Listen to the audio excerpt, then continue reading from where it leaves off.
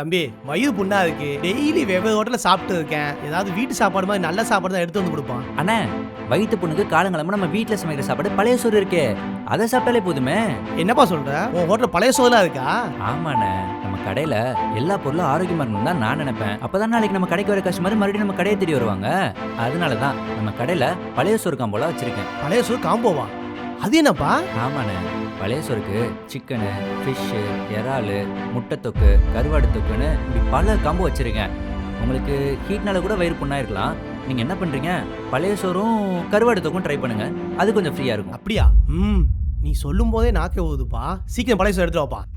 அண்ணே அது மட்டும் இல்லைண்ணே, நம்ம கடையில் பழைய சோறு அன்லிமிட்டட் தான். உங்களுக்கு எவ்வளோ வேணுனாலும் சாப்பிட்லாம். சரியா? ஒரு நிமிஷம் சரிப்பா, வந்துடுறேன். சீக்கிரம் வாப்பா. தம்பி, என்னதான் சிக்கன் ரைஸும் பிரியாணி ஹோட்டலில் சாப்பிட்டாலும் இந்த பழைய சோத்துக்கு ஈடாகாதுப்பா. உண்மையிலேயே ரொம்ப நல்ல ஐடியாப்பா. ஏழையின் எளிய உணவே பழைய சோறு தான். ஆனால் அதை மறந்துட்டு என்னென்னமோ சாப்பிட்டாலேயும். ரொம்ப தேங்க்ஸ் தம்பி. ரொம்ப நாளைக்கு அப்போ பழைய சோறு சாப்பிட்டு நல்லா ஃபீல் பண்ணுறேன். Talk to Editors presents Kanmani Mess.